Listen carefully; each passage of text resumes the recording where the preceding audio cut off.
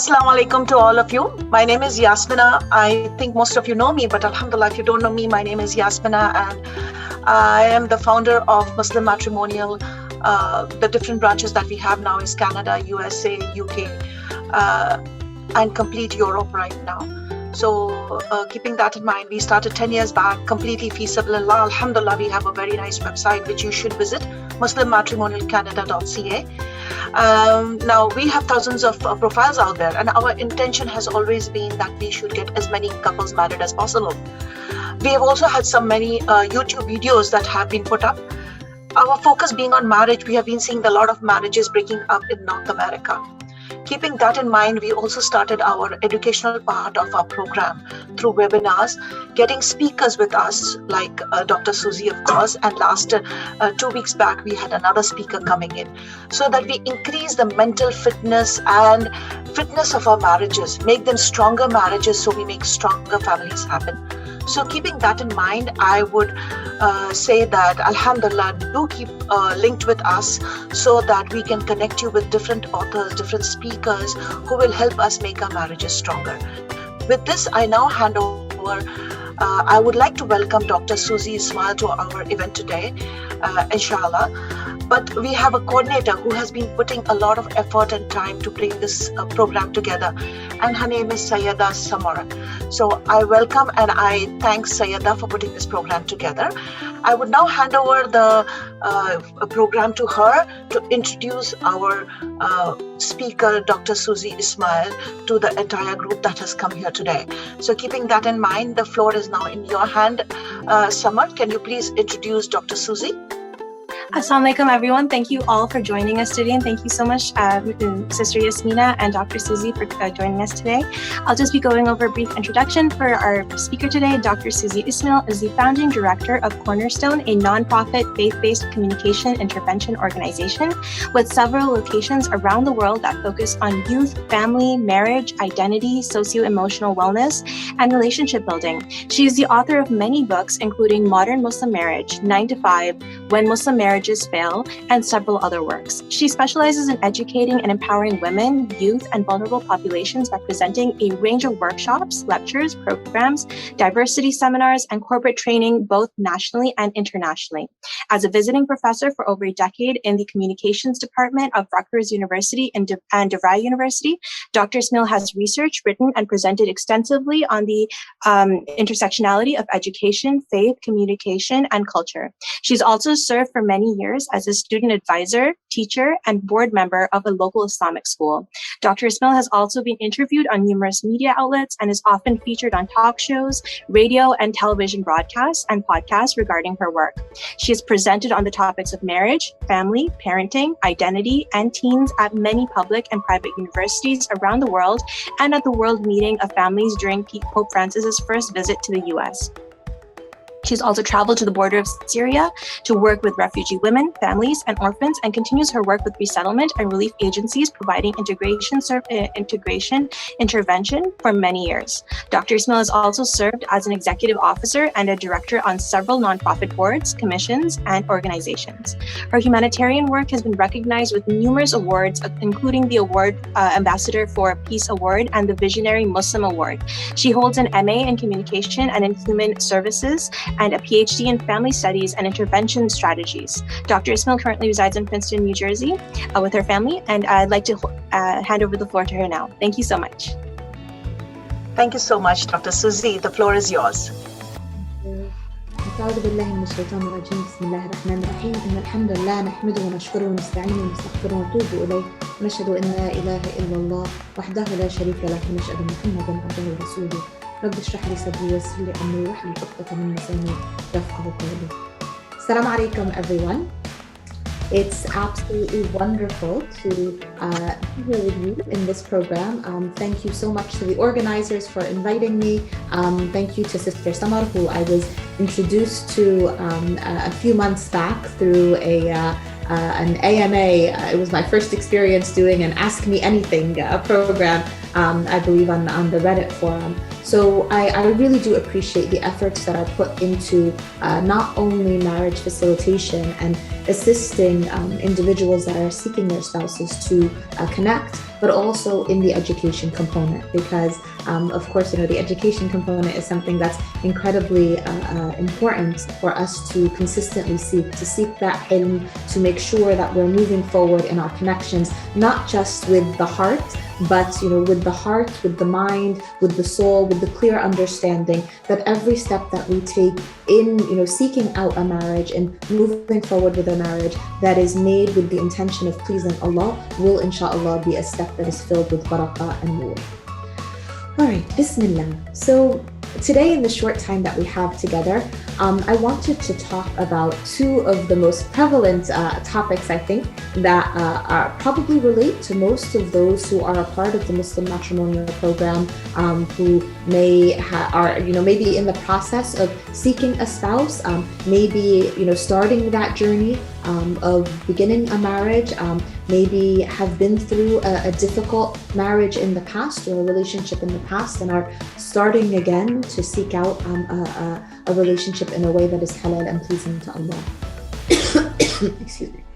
And those topics that I really want to talk about are really, how do we start the process? How do we get our hearts, our minds, and our souls ready to commit to someone else? How do we know that that person is the person that we really do want as a life partner and that we really will start the journey off with on the right foot and continue to grow together? And, finally, how do we maintain that relationship once we enter into a marriage or once we begin that marriage process with someone? And how do we enter into a healthy relationship that is pleasing to Allah? So, when we talk about marriage, often the very first thing we connect with marriage or that we associate with marriage is the idea of love. I'm seeing in the chat group someone saying that they can't hear anything. Is there a problem with the audio? I don't want to talk for 20 minutes and then find out that nobody heard anything. If the organizers can tell me, okay, good. I see that everyone else can hear me. So maybe it's just the person who can't hear something with their audio. So, when we talk about marriage, a lot of times the first thing that we associate with marriage is the concept of love. And unfortunately, if we live in a Western world, if we live in whether it's in Europe, in the US, in Canada, a lot of times, we look at love as a very commercialized type of concept. And we're seeing it in a lot of other countries as well now, whether it's in Southeast Asia, in the Middle East, this commercialized sense of love as a commodity. And we often see that concept of love being equated with a very specific color, which is the color red. And we often see the color red equated with love, and thinking that this is the concept that represents love. But in reality, when we look at what colors evoke within us from a psychological sense, we see that red actually doesn't evoke emotions that are always necessarily positive. And we see it in the example of, if you ever visited or watched a bullfight, one of the bullfights that takes place in Spain, you'll see that the matador will often shake a cloth in front of the eyes of the bull. And the cloth is often the color red. Interestingly enough, the bull is actually colorblind. So it's not the color that is meant to incite the furor within the bull. It's the shaking of the cloth that actually incites the bull. But the color red is selected because the color red incites within the audience very intense passion. So it incites passion, it incites anger, it incites fear. And a lot of times when we begin to equate the concept of love with this color red, what we find ourselves looking for are some of those intense emotions, this concept of intense passion, this intense attraction, this intense, being drawn to someone. And we often look for that intensity in the marital process of seeking someone out. And we often try to seek that same intensity throughout the marriage. We try to maintain that type of an intensity. Now, there's nothing wrong, of course, with being attracted to the spouse that you want to enter into a lifetime partnership with. And we know the example from the narration of the Rasul sallallahu alaihi wasallam, when a man came to him and said, I want to marry so-and-so. And the Rasul sallallahu alaihi wasallam asked him, have you seen her? And the man responded and said, well, no, but she's the daughter of this family. And I hear good things about her. And the Rasul sallallahu alaihi wasallam said, you should see her. And the reason why there needs to be that seeing is because qubul is very important within the marriage paradigm. And qubul essentially is that acceptance, but the acceptance from a physical perspective, feeling that there is, that this is a face that you are able to wake up to every morning for the rest of your life, inshallah, a qubul also that is linked to kafa'a or compatibility, and compatibility can be captured in terms of financial compatibility, emotional compatibility, age compatibility, compatibility in terms of family status, compatibility in terms of background. So there's a lot that goes into kafa'a, and the kafa'a often is linked to the qubul. Now, this doesn't mean that, seeking out the emotions that are linked to the color red is the path that we should follow in seeking out a spouse. What we want to look for when we are seeking out a spouse is understanding kafa'a, understanding compatibility, but also understanding ourselves. We spend a lot of time often thinking that, I need to know the other person. I need to ask them the 100 questions that you're supposed to ask before marriage. I need to know what their favorite color is and what their favorite food is, and what they did when they were growing up. And all of this is positive. And I would definitely, I'm of course a big fan of premarital intervention, education, and counseling. And it's a positive to take a step in that direction, but you also need to know yourself. And knowing yourself is the first step in that process, meaning knowing, what are your limits? What are the areas that you can compromise on and the areas that you cannot compromise on? What is it that, stokes your furor or gets you emotional? What is it that, makes you find contentness? What is your relationship with Allah Azza wa Jalla? How much do you know about marriage? How much do you understand that goes beyond, the black and white rights and responsibilities, but also into the emotional realm? Have you done, your reading and your research, but also experientially, meaning talking to others, befriending families, looking at dynamics, seeing what marriage looks like, outside of the paradigm of your own home, maybe. Because for many of us, we carry the baggage of what we see within our own homes and our own families.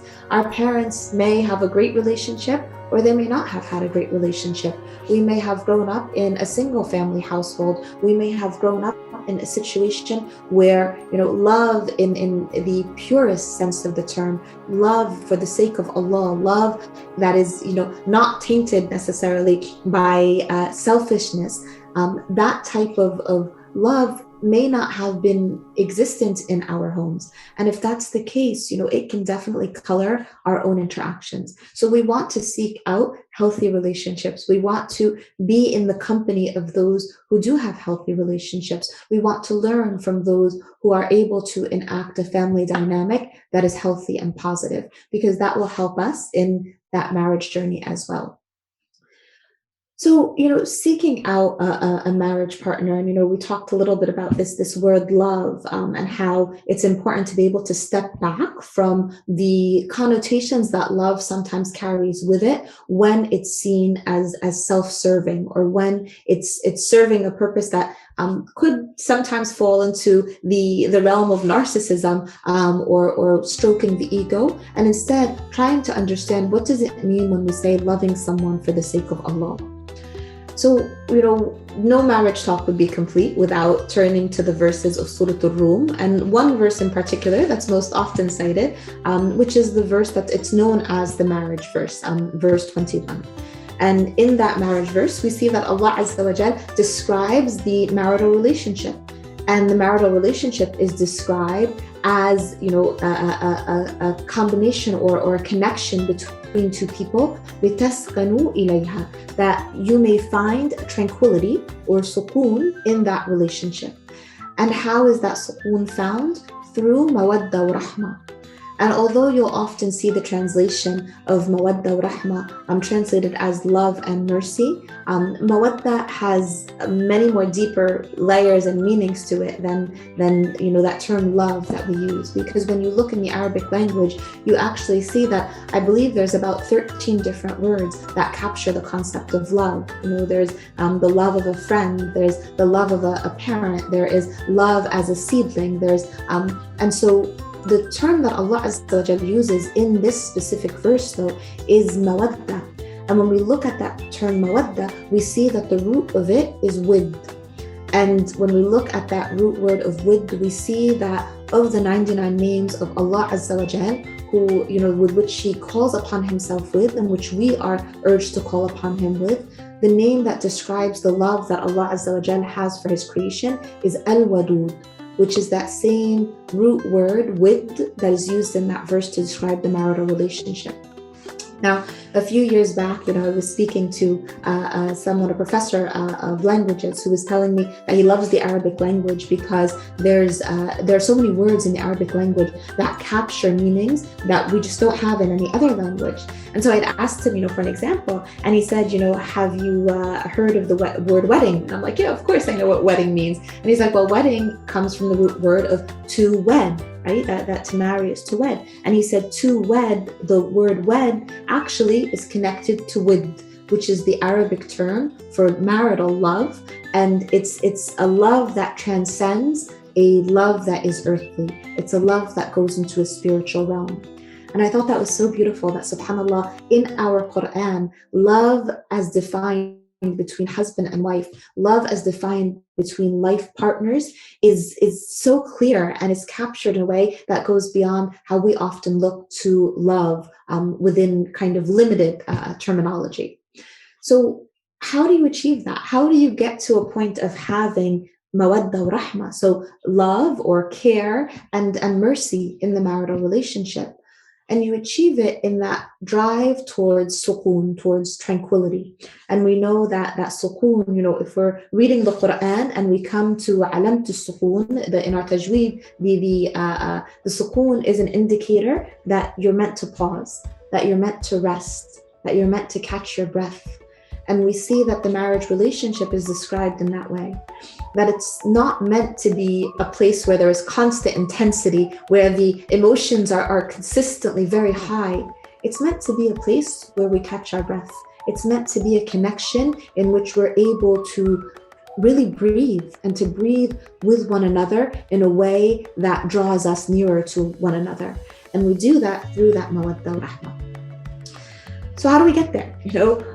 What's beautiful in the verses in Surah Al-Rum, and again, we usually hone in on verse 21 to understand marriage, but really when we want to better understand the guidelines that Allah Azza wa Jal gives us as to how to live our lives in the marriage relationship, we need to backtrack a little bit, and we start at verse 20 and go down to verse 25 in Surah Al-Rum.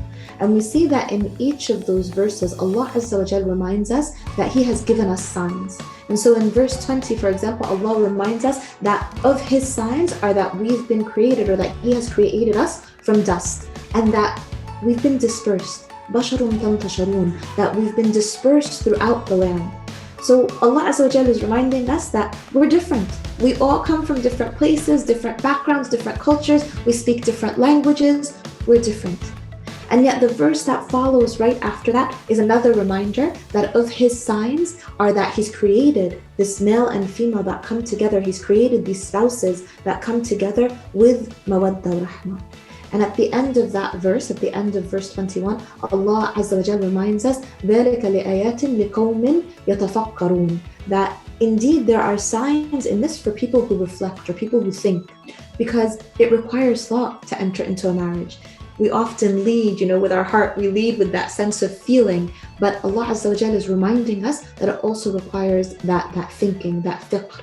And then as we continue, we see that Allah Azza wa Jal reminds us that there's also a diversity in our languages. So the very next verse, in verse 22, Allah Azza wa Jal reminds us that there's اختلاف في ألسنتكم, and it's again, it's translated as languages, but lisan actually means tongue, right? And so there's a difference in our tongues, not necessarily in our languages, meaning we can both be speaking English, but there may be a word that I say that I use from my own context, and it may carry a very different connotation or a meaning in your context based on your worldview. And we often see this as a difficulty between couples where, one person will say something like, I don't know, how do you think I look today? Or do you like this dress on me? Right? And the question is laden with a seeking of affirmation. But the response may be something like, oh, that color doesn't really match your skin tone. Or, you look a little bit big in that dress. And even though the response is intended to be maybe just an honest response to the question, it doesn't respond to the bid in the way that the person making that question or asking that question is needing. And so there's a difference in tongue there because of the interaction.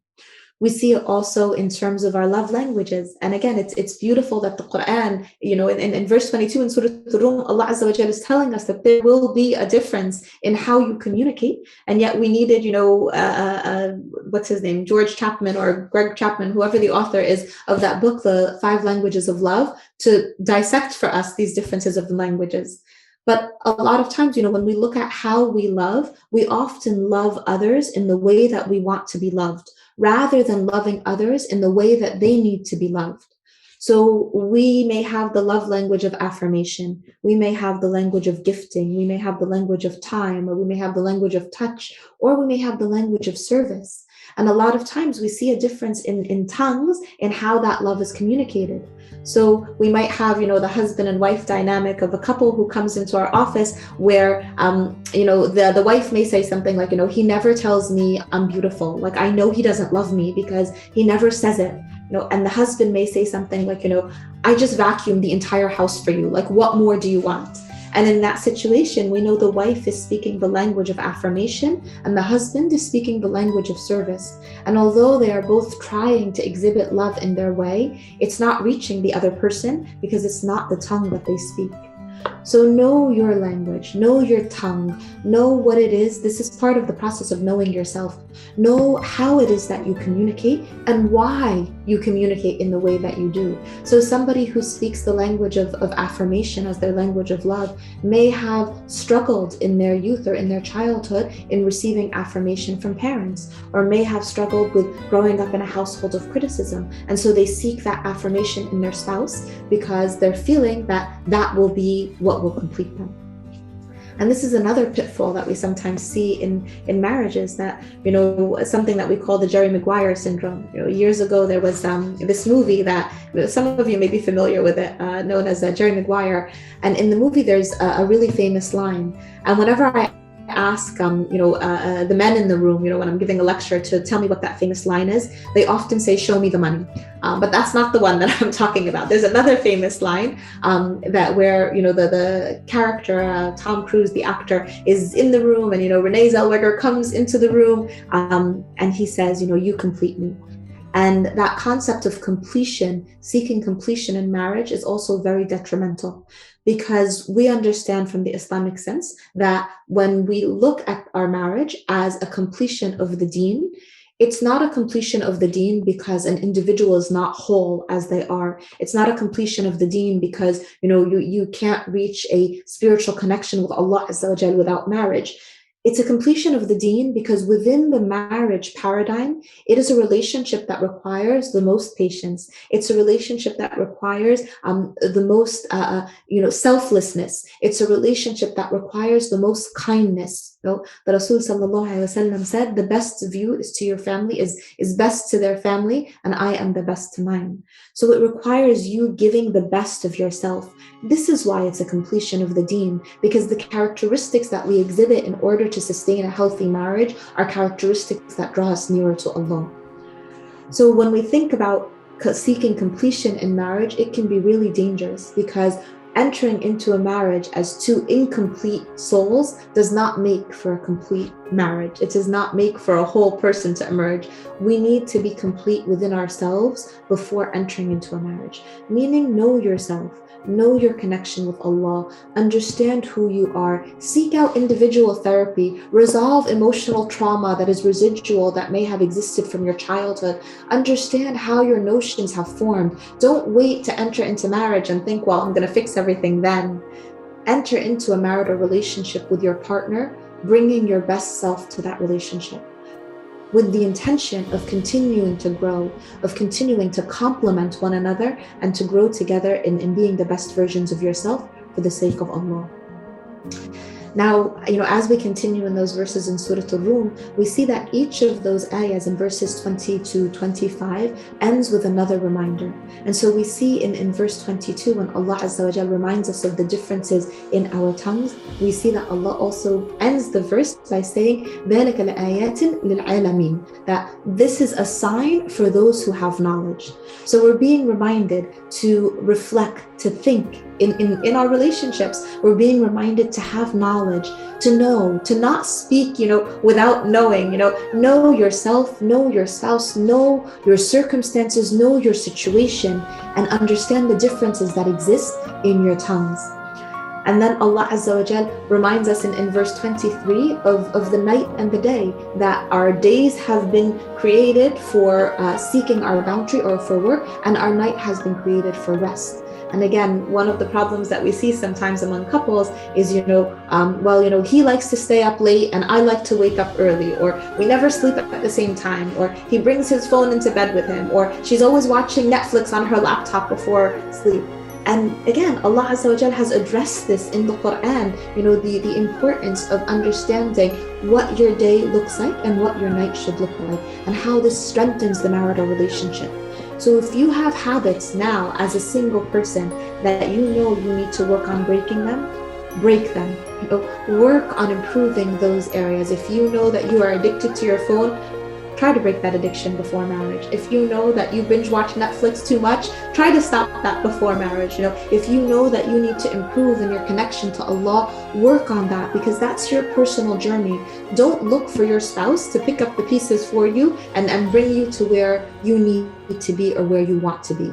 That's not your spouse's job. Your spouse's job in a marital relationship is to provide that mawadda wa rahma, that care and mercy.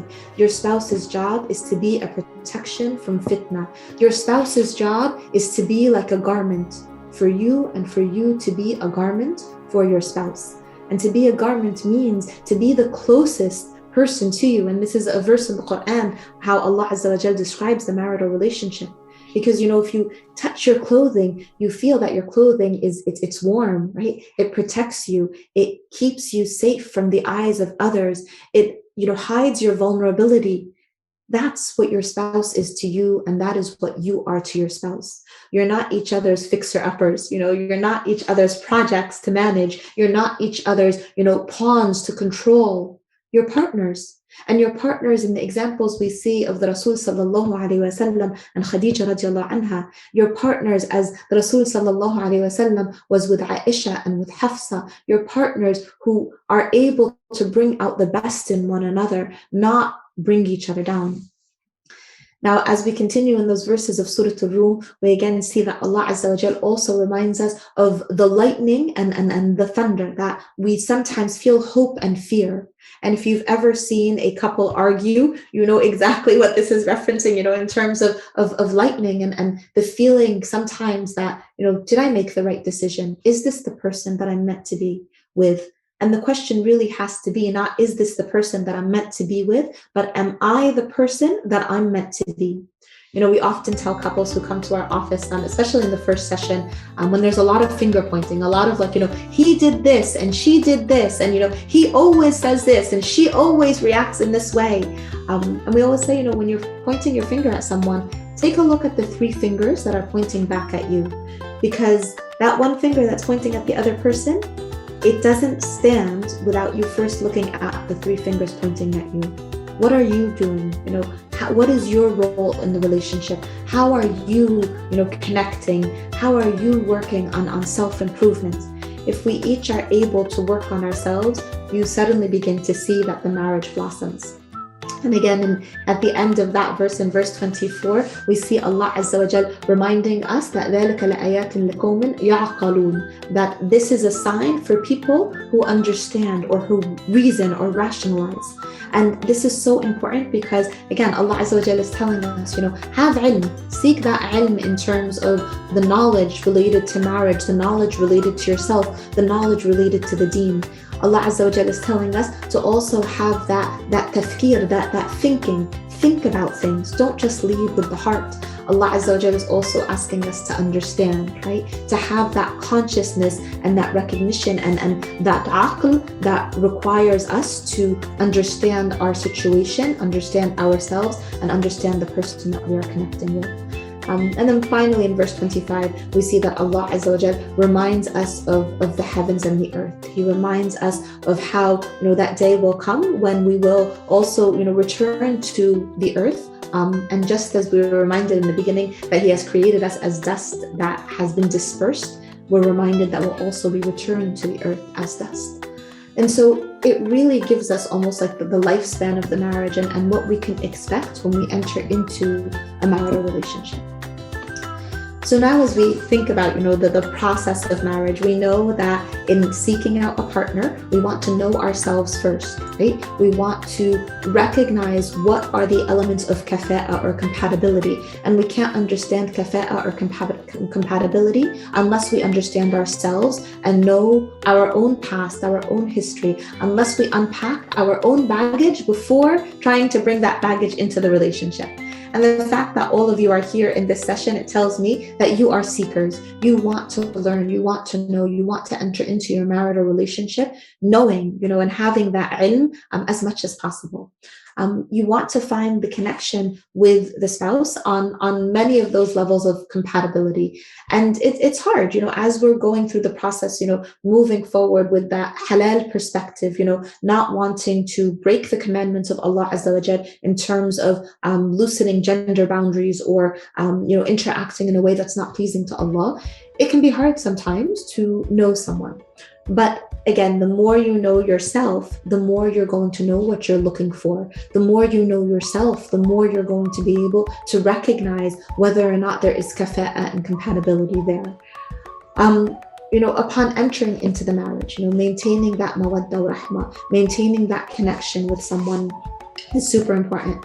And again, I cannot stress enough the importance of compatibility counseling very early on, the importance of premarital counseling as the process continues, and the importance of consistent counseling throughout the marriage.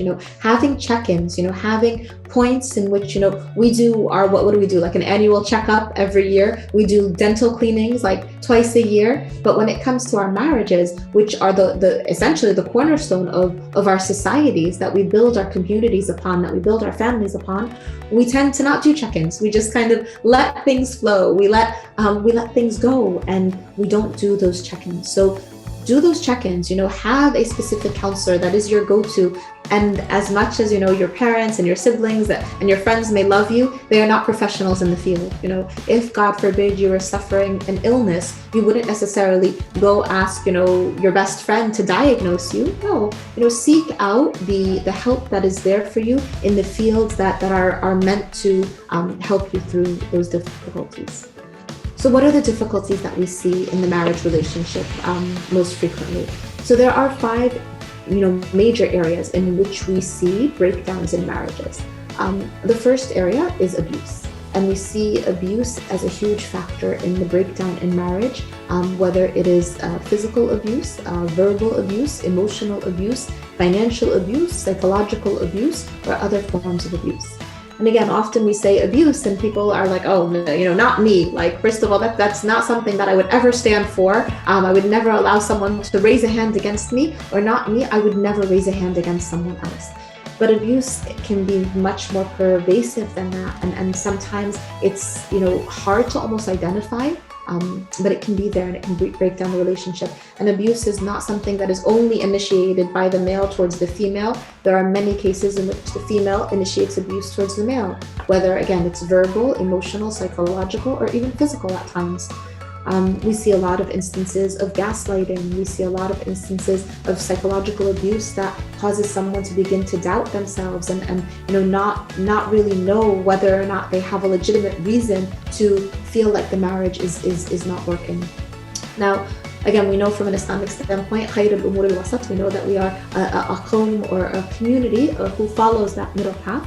We also know that Allah Azza wa Jal has allowed for divorce within our communities, within our marriages. And although, it is not the first go-to, it's an understanding that it exists. And it exists and should not be something that, is someone is black sheeped for, essentially. So, those who have been through marriages in the past, it doesn't mean that, no one should ever marry them in the future. We know that Rasul sallallahu alaihi wasallam gave us examples in his own marriages of a marriage to a divorcee, a marriage to a widow, and the importance of being able to recognize that connection can exist even if someone has been through a divorce. So we know that it's there. We also know that living in a marital situation in which oppression occurs in any forms of those domestic abuse that we had spoken about, it's incumbent upon, those of us in the community to help the oppressor and the oppressed. Meaning we help the oppressed by trying to remove them from their difficulty, and we help the oppressor by stopping them from oppressing.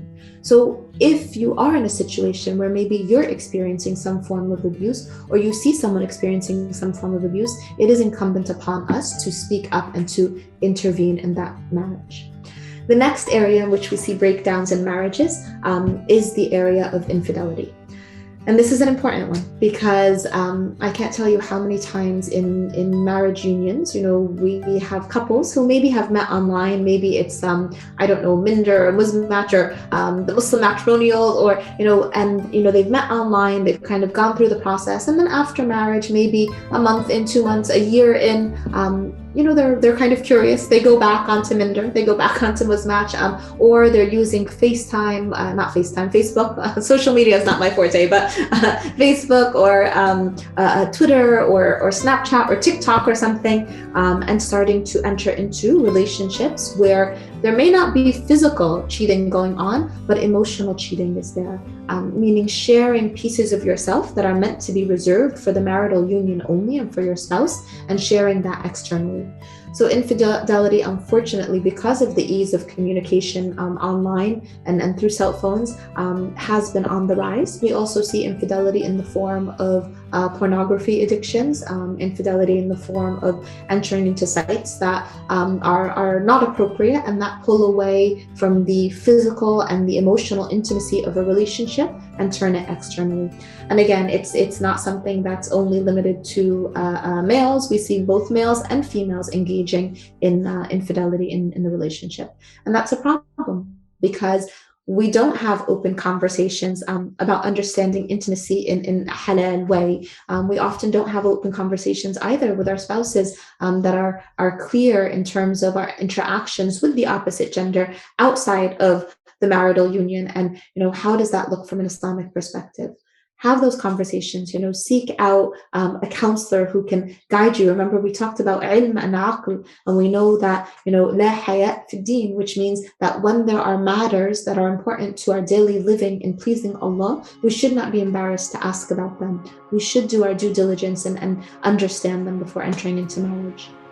The next area in which we see a decline in marriages tends to be empty nesting, in which couples grow apart because they've never built that foundation together of trying to have that connection. And so they've lived their lives just focusing on raising children, and then they have nothing years later.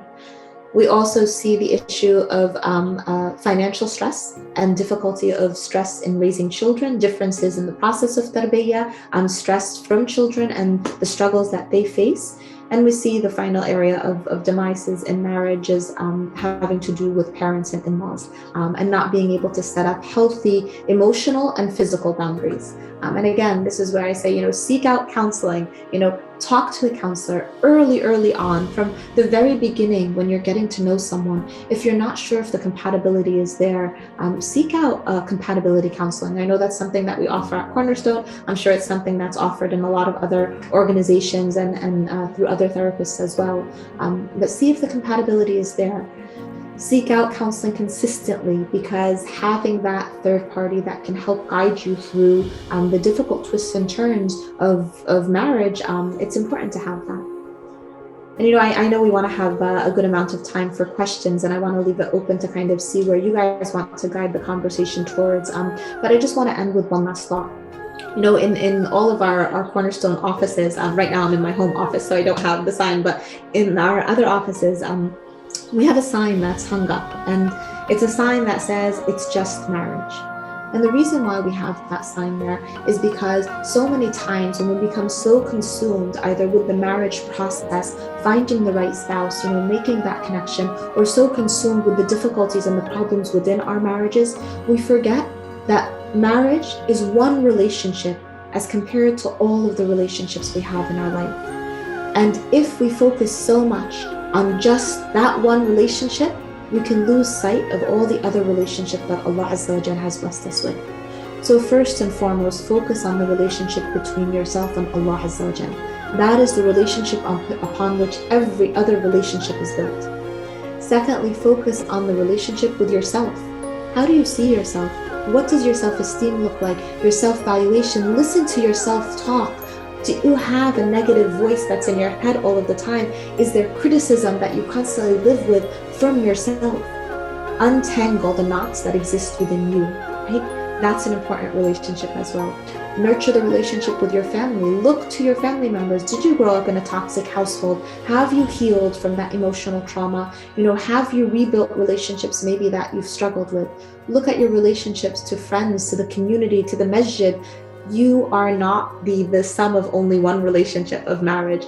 You are the sum of so many other relationships, and it's important not to neglect the development of all of those other relationships as we move on the journey to develop a marital relationship.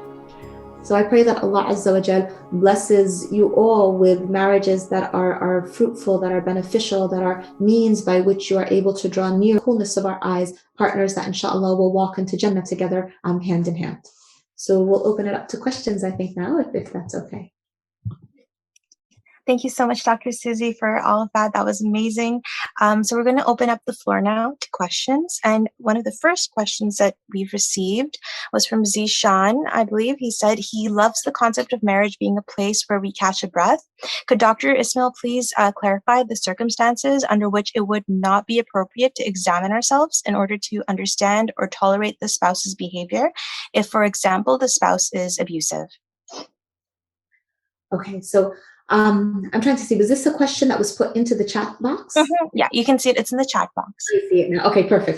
Just because I tend to be more visual, so reading it kind of helps me see what the question was. Okay, so circumstances in which it would not be appropriate to examine ourselves in order to understand or tolerate the spouse's behavior, if, for example, the spouse is abusive. So I'm going to try to understand this in the best way that I can and answer it in the way that I understood it. But yes, we are supposed to find marriages to be a place of sukoon.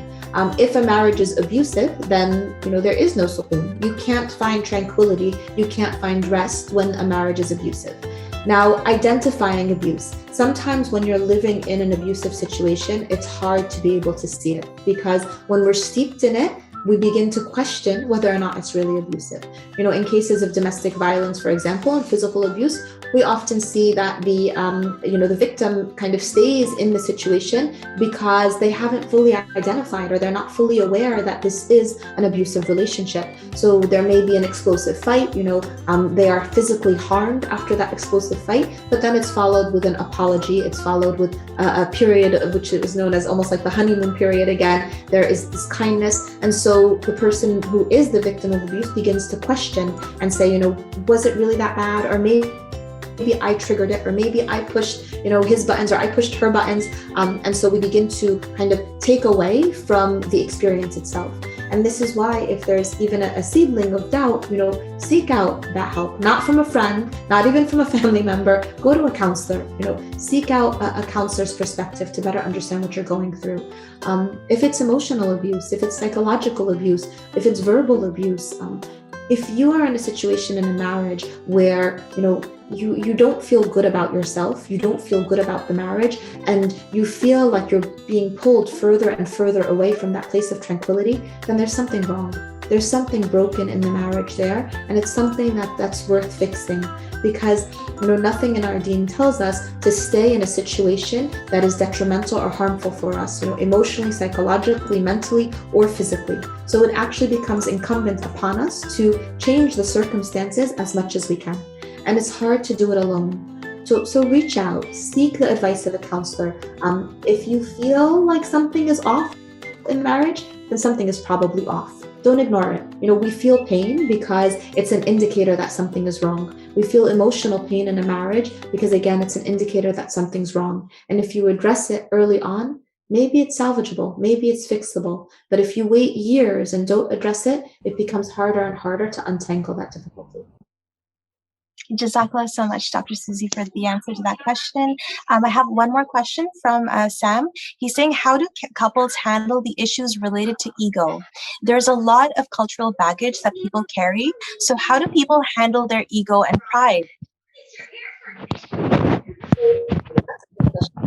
Allah warns us of, arrogance, and that, if we have even a muscle weight of arrogance in our heart, and yet ego and arrogance tends to be among, the many reasons why we see declines in marriage. Oftentimes the ego can show up in circumstances in which someone feels like, I'm not going to apologize. Why should I apologize? He's the one that wronged me, or she's the one that wronged me, so I'm not going to apologize. It's a form of ego, and we see ego in the example of reminding us of the creation of Adam and Shaitan's arrogance in refusing to bow down was eventually what led him into his ever after, led him into what Shaitan did. And so we know that arrogance can lead to down. So identifying first of all, looking at yourself first, is your ego in check? How do you relate to the nafs? That within each of us, there's 3 different layers of the nafs. In psychology, we look at it maybe as like the id, the ego, and the superego. From an Islamic perspective, we see that there is the nafs al-ammara, the nafs al-lawwama, and the nafs al-mutma'inna. Now, the nafs al-ammara is the side of us that our basic desires, our basic self. And it's the side of us that wants to instant gratification. We want to seek out pleasure in the moment. Dr. Suzy, I'm really sorry. I think there's someone who's kept his microphone on, and that seemed to be disturbing quite a lot. Please, can I request all participants to mute yourself? Okay. Alhamdulillah, that's good. Now I think it's all muted. I thought I heard like a child's voice, but I was thinking maybe it was coming up from upstairs in my home. But alhamdulillah, I'm guessing it's not. It's someone who was on the program. So looking at the layers of the nafs, as we said, there's the nafs al-ammara, the nafs al-lawwama, and the nafs al-mutma'inna. And those are the areas of ourselves that are constantly warring. If our nafs al-ammara is strengthened, then we want to feed our desires. Then we want to seek out what feels good in the moment. We decrease that by, and that's essentially that ego that exists within us. We decrease that by strengthening the nafs al-lawwama, which is the conscious self, which questions the ego, which will say, okay, so maybe I messed up. Okay, I don't really want to apologize to my spouse, but I know it's the right thing to do, and so I'll do it, right? And that's a step above that lowest self, the nafs al-ammara. And then we look into the nafs al-mutma'inna, which is the contented self. The self that says, I want my marriage to be a place of sukoon. I want to practice mawadda wa rahmah. And so it doesn't matter that, I may be in a situation where, I just got out of an argument with my spouse. I want to please Allah Azza wa Jal by removing the egotistical part of me and by connecting with my spouse in this moment. So it starts with ourselves, looking at our own egos. And if each of us looks at our own egos, that's how we start to decrease that ego. If our spouse is the one that is egotistical and is not seeing it within themselves, again, sometimes it does take that third party. Make that appointment with a counselor, sit with a counselor and let the counselor work through, what each of you may be bringing to the table, because it's really hard to dissect that on your own. Thank you so much, Dr. Suzy, for that answer. And the next question that we have now is, sorry, just give me one moment here. So it's about compatibility, essentially. So how can we assess the compatibility between the individuals? So she's saying, which are the core areas that we should be considering prior for a healthy and successful relationship? All right, so I think that's a great question, and I'm just typing in the chat box here. Sorry. Okay. I just put into the chat box the website for our organization, Cornerstone. And I did that because if you go to our website on the first page, you'll see that you can order copies of some of the books that I've written. And one of those books in particular, I believe it's in both books, actually. I think it's in When Muslim Marriage Fails and also in Modern Muslim Marriage. We talk about the technique that we use at Cornerstone for compatibility counseling and what we look for. And one of the major areas that we look at is something that's known as value dimensions. Value dimensions form the crux of how people communicate and how they connect with one another. We talked a little bit about love languages. We talked a little bit, if you could look at Gottman's theories of bid and response and conflict resolution. Those are all great for relationship building. But what we've found consistently is that communication is often at the core, or miscommunication is at the core of difficulty in relationships. So the more you know your communication style and how that communication style is formed, the better you can be at connecting with someone. So the value dimensions that we look at are individualism and collectivism. We look at power distance. We look at, and in each of these, we look at the nonverbal cues and the verbal cues of how you kind of communicate within those realms or within those value dimensions. We look at uncertainty avoidance. We look at monochronic and polychronic perspectives of time, and we look at long-term orientation, as well as masculinity and femininity. And based on those value dimensions, which are formed by your worldview, they're formed by your understanding of the deen, they're formed by what you've grown up with and what you've experienced. Those are the elements that are most commonly the factors that establish compatibility. And again, I know I keep making a plug for compatibility counseling, and I promise you don't have to do it through Cornerstone, but I do really, really encourage going down that path of compatibility counseling, because there are actual, areas that we can look at to better understand, whether or not a couple has a high chance of compatibility. And in couples where the compatibility may not be as evident, so maybe the rankings are not really as high as we'd like them to be, there are ways to work through that. We don't ever tell a couple, for example, that is interested in each other, like, oh, forget it, like you have no chance at all, but we will tell couples that where you're at right now in life, you don't have a high chance of success in your relationship. And if you want this relationship to work and you want to move forward, here are the areas that you need to work on. And that's incredibly helpful to kind of have a roadmap of what needs to be worked on in order to make a marriage succeed. All right, Jazakallah so much, Dr. Suzy. So the next question, I'm going to try and paraphrase it. I believe it's talking about addictions to bad videos. So I'm assuming that the commenters are talking about pornography, essentially, and how it can destroy a marriage and destroy children's lives. But if the spouse doesn't understand that this is a problem, and we need to try, and she's basically also saying to try to normalize teaching us that this is wrong and that there's an issue. How should a spouse address this, I believe? So I think she's essentially talking about pornography addiction and how to address this within a marriage. A lot of people are going through this, and she feels, I think, a spouse can feel trapped. So how can we help them? So I'm really happy that this question was brought up, because we are definitely seeing porn addiction being a big factor in the decline of marriages, and even a factor, a stumbling block in initiating the marital process.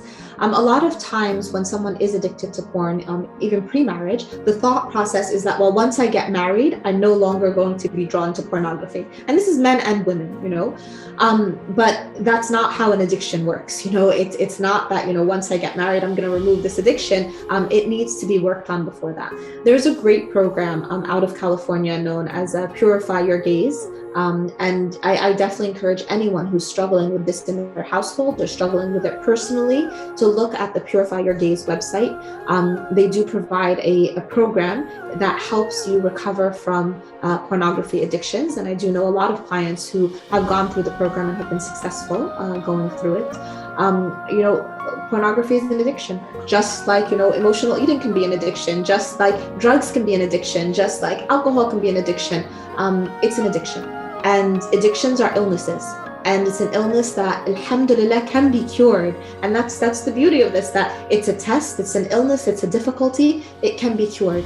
But you need to take those steps to cure it. And it's not going to be the spouse who's able to solve the problem for you. So if you've identified this as a problem in your spouse, you do want to have a red line, because the damage that pornography can cause to families, to couples, to homes, it's devastating. Draw that red line. Let your spouse know. Remember how we talked about how important it is for you to know yourself and know, where your lines are. Draw that line. Pornography should not be entered into the home in any way, shape, or form. It is detrimental on so many levels. Draw that line. Put that down in the sand. I can't continue in a relationship that has this situation or this addiction in it, and the addiction needs to be addressed. And then help your spouse address the addiction. It doesn't mean take on the responsibility for it. It doesn't mean turn a blind eye to it. It means provide the resources and ensure that your spouse has access to those resources. But like we always say, you can lead a horse to water, but you can't make him drink. You can't control the situation. You can't control the person's actions. You can only control your reactions to someone else's actions. So decide on your reactions and exhibit those reactions. The resources are there. We just have to help people get to them. All right. Thank you so much, Dr. Suzy. So the next question actually sort of ties into that a little. It's saying, how do we address our spouse that there's a problem in the marriage and we need to seek counseling? It really does tie into that, I think, in terms of when there's an issue that pops up in a marriage.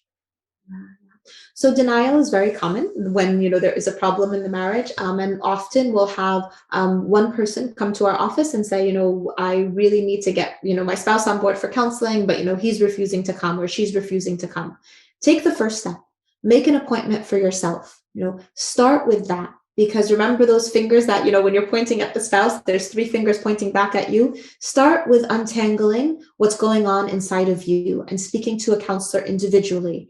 A lot of times what we do with couples is that after we have a spouse come in, talking about the marriage and the problems, and then they say, but my husband or my wife is refusing to come, we will actually reach out to the husband or the wife, with permission, of course, or we'll have the spouse who's in the office reach out to them.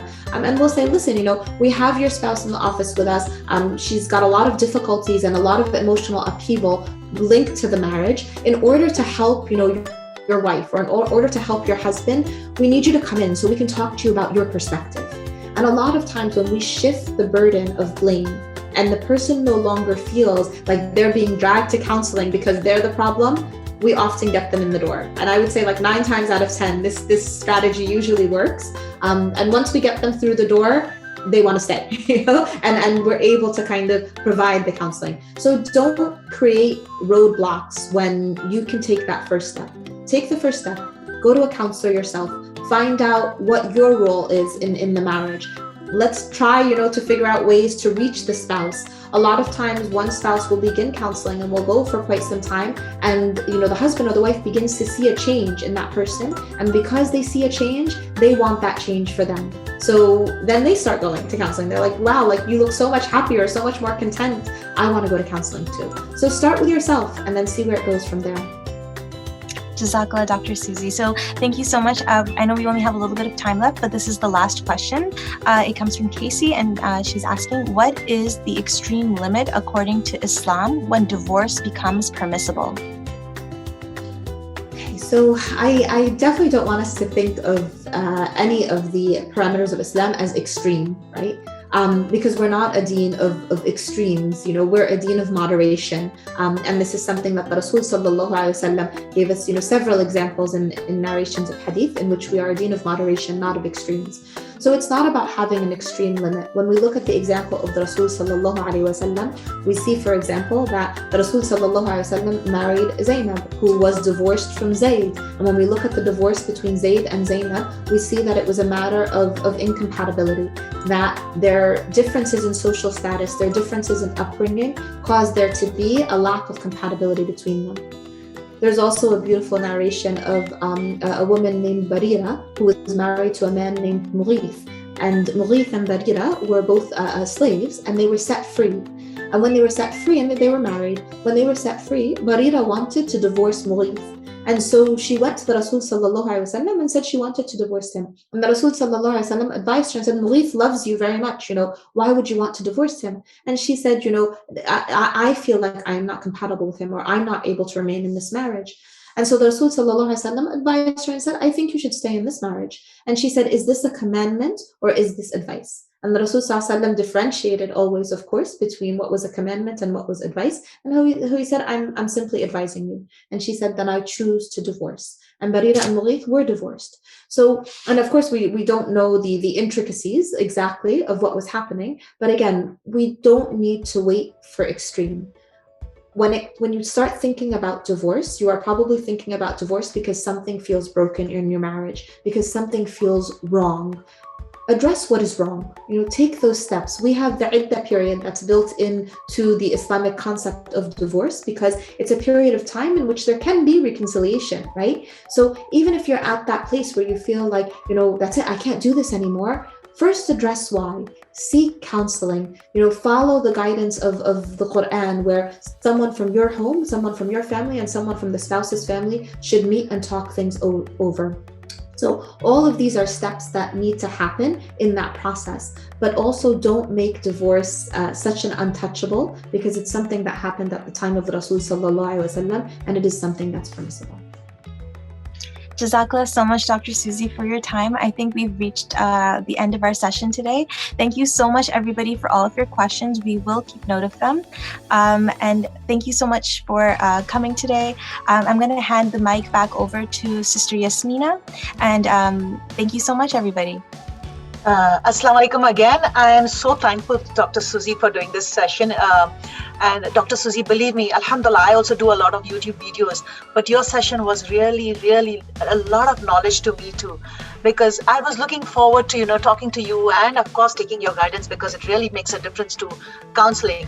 And as Dr. Suzy said, if you cannot get this help and support from family members or friends because they are not experts, do go, because I do counseling, but when it comes to expertise which does not come in my purview, I generally advise people that please go and take these sessions from experts, because as you said again, the doctor knows where the trouble is. I cannot diagnose the trouble. So alhamdulillah, I do advise a lot of people, if you have come across someone and someone says, what do I do? Tell them, go to the experts. And alhamdulillah, that is what you have advised us also. So alhamdulillah, we are very thankful to you, Dr. Suzy, for being part of us today. Inshallah, we look to having you again with maybe another topic if you allow us, and Summer will coordinate with you, inshallah. And I always advise that since Sister, Dr. Suzy has supported us, Cornerstone would be this, organization that you should connect with, because she comes with the expertise. And connecting your expertise to Islam, what better can we do? Because she's advising you through the Quran and the Sunnah. She's giving you so many hadiths which basically connect us to our religion and tell you what you need to do further. So keeping that in mind, I would like to thank all of y'all who have joined us today for this session. Dr. Suzy, the coordinator, Sister Summer, and of course our IT team who put this together. Thank you very much, and thank you everybody for all your support. Jazakallah khair. Assalamu alaikum. Assalamu alaikum. Assalamu alaikum assalam. Salam to all of y'all. If you need any support, please do connect with us on Muslim Matrimonial.